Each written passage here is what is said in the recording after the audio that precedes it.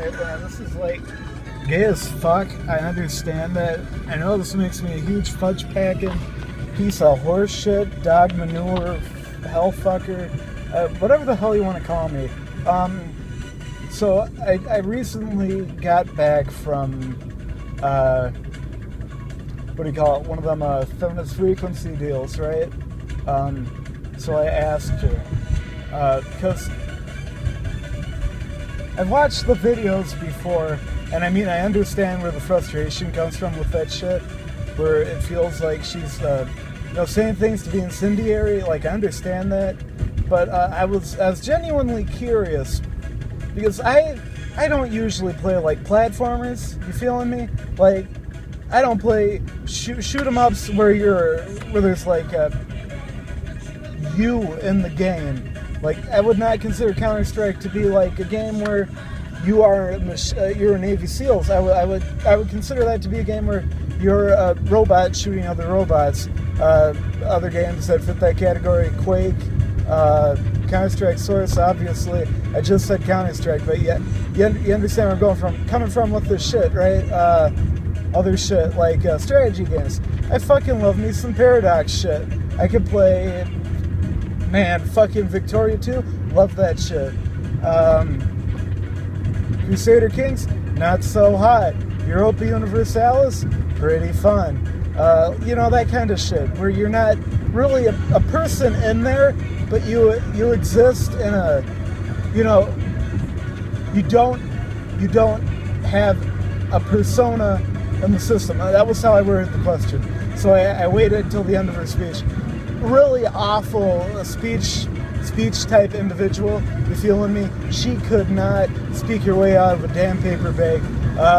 Kept looking at the teleprompter. I'm going fucking 80 and a 60. Okay, let me slow down here a second. Couldn't speak her way out of a damn paper bag. Kept looking at the teleprompter. Rarely, if ever, made eye contact with the audience. Understandable considering the audience, but dumb pish, I'm saying that trans people are ugly. I'm saying I'm ugly too. I was in the fucking crowd, I wouldn't, if I had to give a speech to myself, I'd probably wear a fucking blindfold, honestly. Whatever, beside the point. I asked her, how do you feel your critique of the industry as a whole pertains to games in which you don't have a defined persona? And the examples I gave her, because that sounds like a fucking word salad, understandably. The example I gave her in Super Mario Brothers, you are the Mario brother. In Pokemon, you are the Pokemon trainer. How does this apply to things like Civilization, where you aren't necessarily a person, you are a concept, you're an abstract existence in the universe?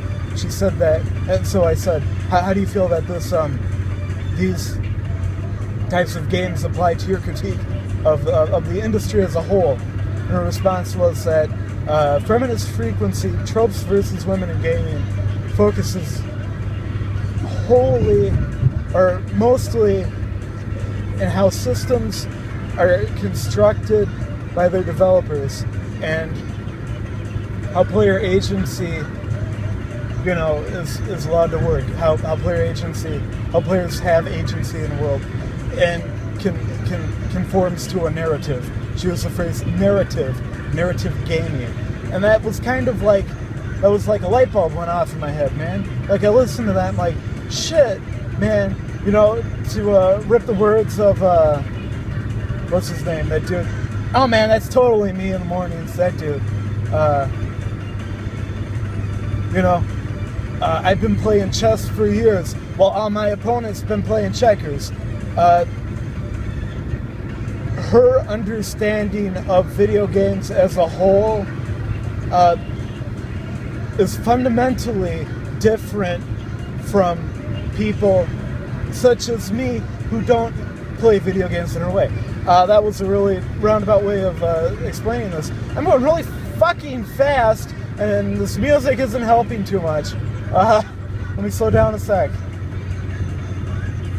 She uses video games as an escape. She views video games as escapism. where you are a part of the game.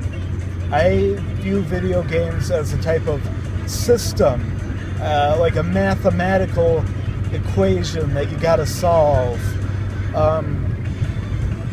So I think that's where a lot of the frustration toward feminist frequency comes from.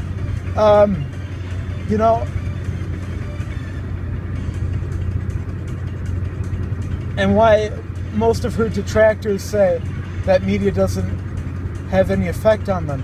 They're not playing the same games that she's playing.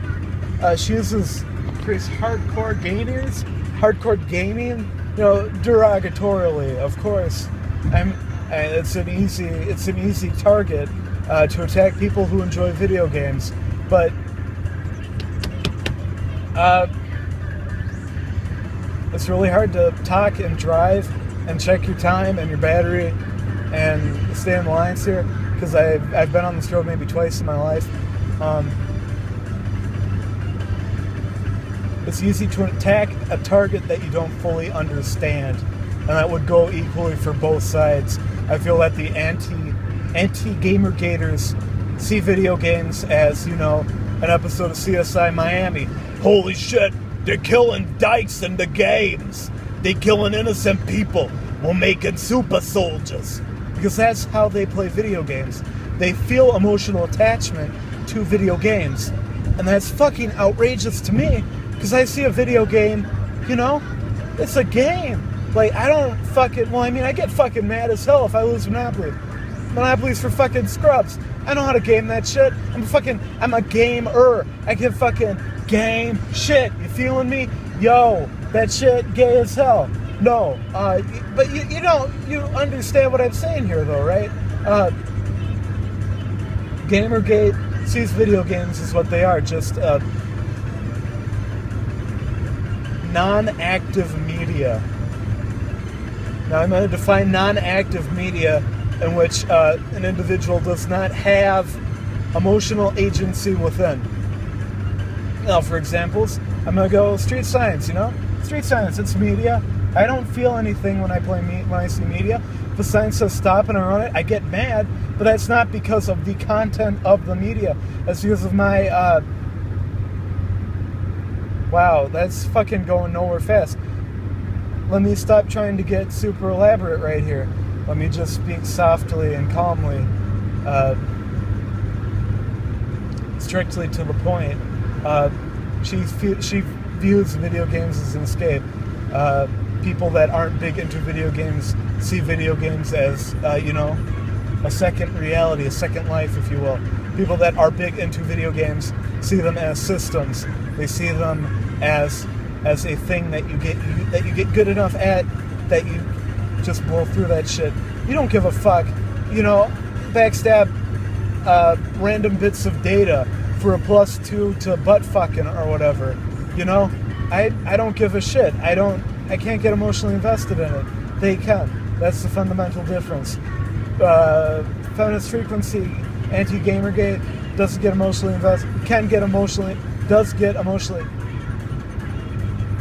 Anti-gamergate gets emotionally invested in video games. Gamergate does not get emotionally invested in video games. This is a chasm that can't be passed, that can't be crossed. It's a fundamental difference in how people view the world. It can't be crossed. It takes too much empathy for the other party. It's just not possible to reconcile the differences. There you go. That's what I meant to say. So let's turn this fucking music up and let's go 90. Hell yeah.